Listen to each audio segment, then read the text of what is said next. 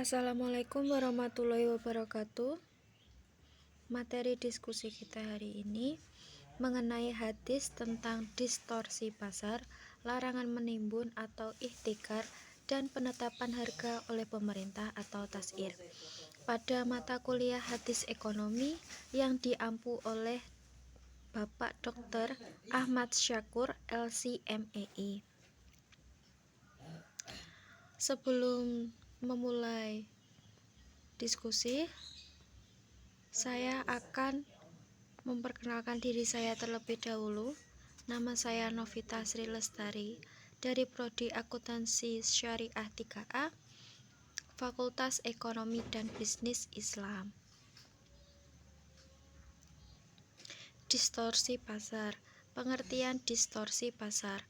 Arti dari kata distorsi dalam Kamus Bahasa Indonesia adalah sebuah gangguan yang terjadi atau pemutarbalikan suatu fakta, aturan, dan penyimpangan dari fakta yang seharusnya terjadi, sedangkan pasar secara umum dapat dikatakan sebagai suatu tempat bertemunya antara penjual dan pembeli. Jadi pengertian distorsi pasar ialah sebuah gangguan yang terjadi terhadap sebuah mekanisme pasar yang sempurna menurut prinsip Islam. Penyebab distorsi pasar.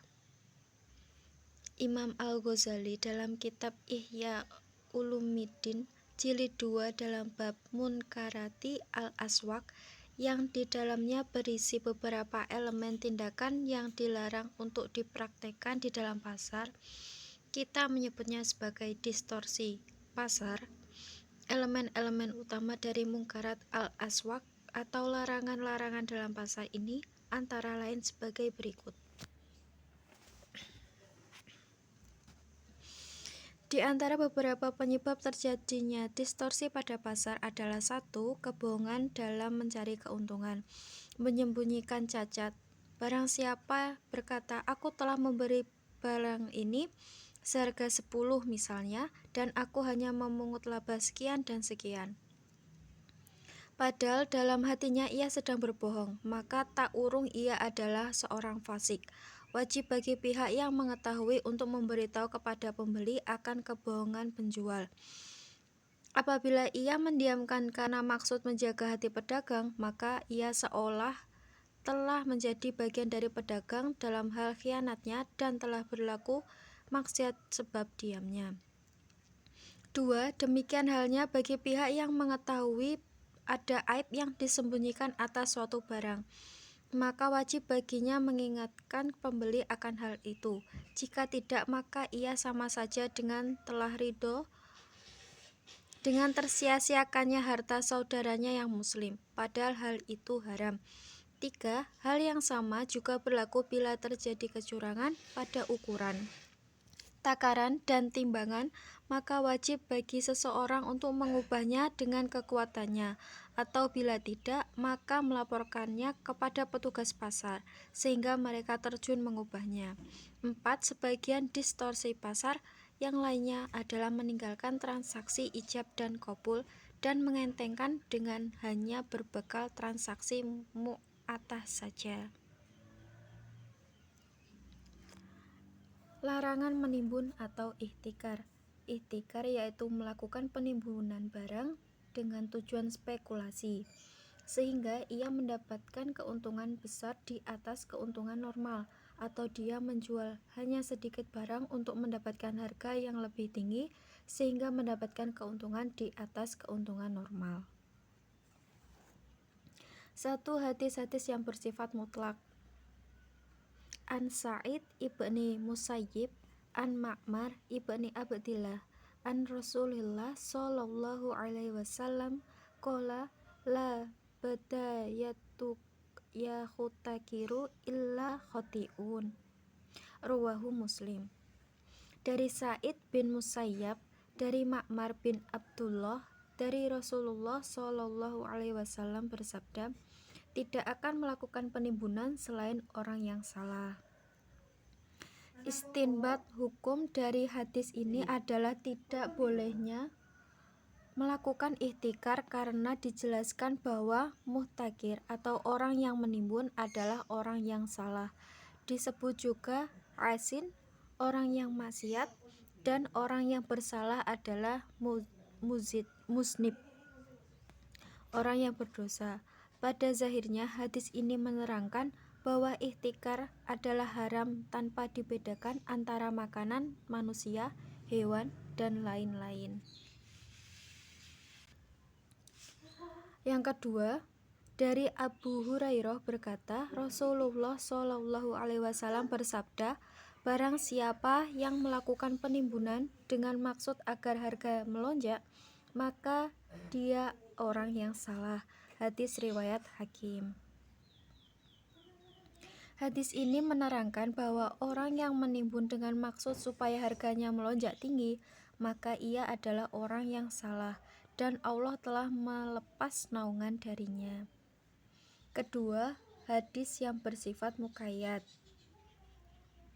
Rasulullah Shallallahu Alaihi Wasallam bersabda, barang siapa yang menimbun makanan selama 40 hari, ia sungguh lepas dari Allah dan Allah lepas daripadanya.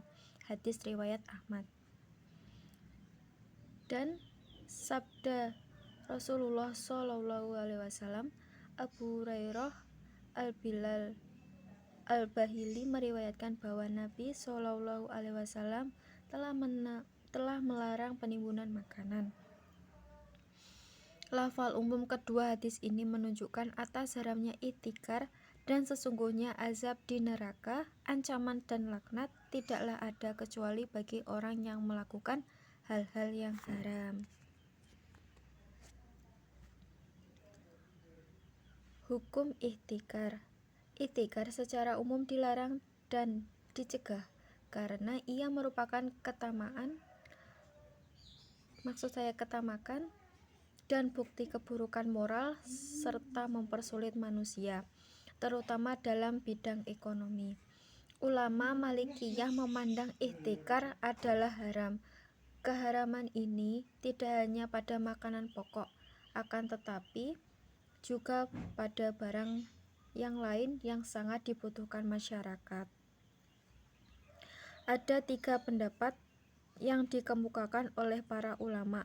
Yang pertama ialah hukum jika ihtikar adalah haram.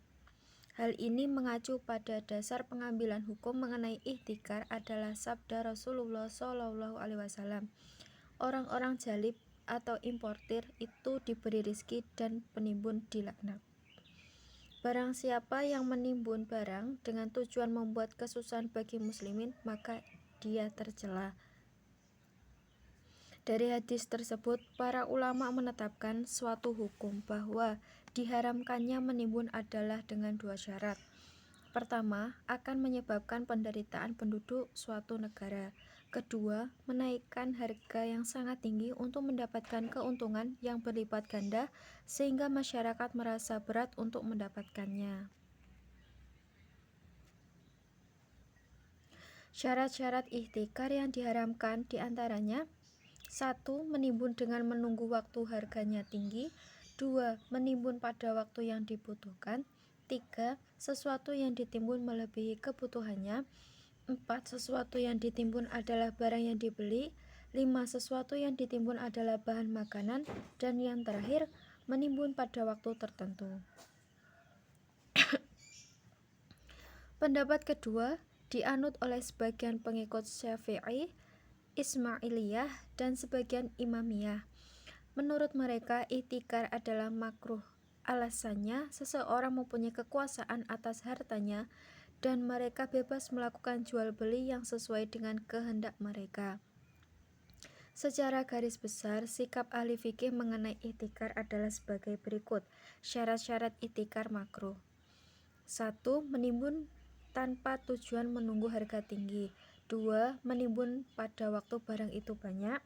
3. Menimbun untuk keperluannya dan keluarganya. Para ulama berbeda pendapat antara makruh dan haram bagi seseorang yang menimbun makanan dan pakaian. Masing-masing mempunyai dalil. Jika terpenuhi syarat-syarat haram, maka hukumnya haram, dan jika tidak maka hukumnya makruh. Menimbun yang diperbolehkan atau mubah yaitu 1. Menimbun sesuatu tanpa tujuan untuk menjualnya. 2. Menimbun manisan, minyak, dan makanan hewan. Keadaan diperbolehkannya menimbun: 1. Menimbun pada waktu yang lapang. 2. Seseorang menyimpan untuk kebutuhannya dan keluarganya. 3. Menimbun di negara yang penduduknya musyrik. Penetapan harga oleh pemerintah atau tas'ir.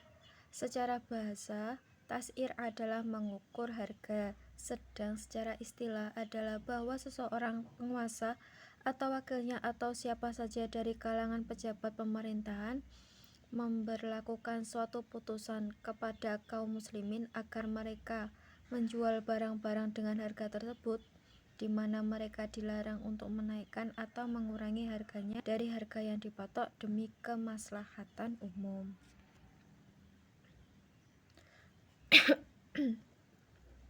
Urgensi penetapan harga oleh pemerintah. Dalam rangka melindungi hak pembeli dan penjual, Islam memperbolehkan bahkan mewajibkan melakukan intervensi harga.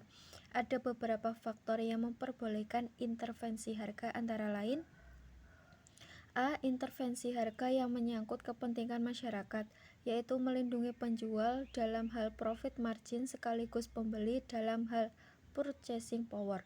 B. Jika harga tidak ditetapkan ketika penjual menjual dengan harga tinggi sehingga merugikan pembeli, intervensi harga mencegah terjadinya ihtikar atau gaban fahishi.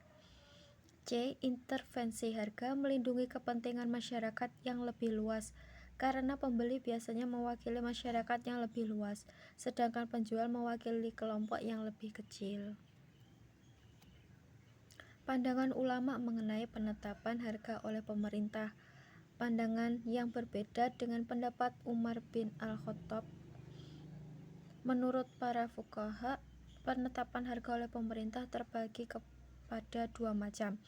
Pertama, sebagian ulama ada yang menyatakan bahwa penetapan harga adalah sebuah kezaliman yang diharamkan.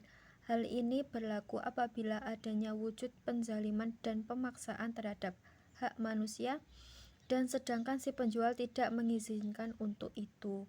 Bahkan Abdul Hafiz dalam kitabnya menyatakan ketika tidak adanya penzaliman dan penimbunan pada barang yang dilakukan oleh si penjual, maka di sini tidak ada hak pemerintah untuk intervensi dalam penetapan harga. Hal ini dilandaskan dari hadis Nabi Shallallahu Alaihi Wasallam yang menyatakan, dari Abu Hurairah, seorang laki-laki datang lalu berkata, "Wahai Rasulullah, tentukanlah harga jual." Lalu Rasulullah berkata, "Saya akan berdoa." Kemudian seorang laki-laki mendatanginya lalu berkata, "Wahai Rasulullah, tentukanlah harga jual." Lalu Rasul bersabda, "Sesungguhnya Allah lah yang menurunkan dan menaikkan harga. Sedangkan saya berharap untuk bertemu dengan Allah, dan tidak seorang pun termasuk saya untuk berbuat aniaya." Hadis di sini memberi isyarat bahwa Rasul tidak setuju dengan intervensi pematokan harga karena adanya bentuk penzaliman terhadap hak si penjual dalam menetapkan harga. Hadis ini sekaligus adanya indikator bahwa Rasul tidak pernah menetapkan harga jual meskipun harga jual itu sangat mahal.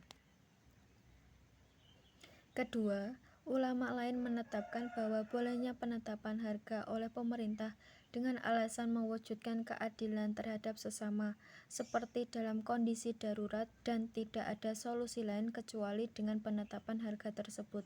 Maka di sini ulama memperbolehkan penetapan harga, sehingga adanya pembebanan kewajiban terhadap hal yang menjadi tanggung jawab si penjual terhadap sesama. Bahkan di sini menurut sebagian ulama hukumnya bisa menjadi wajib. Sekian dari saya. Apabila ada salah kata, saya mohon maaf yang sebesar-besarnya.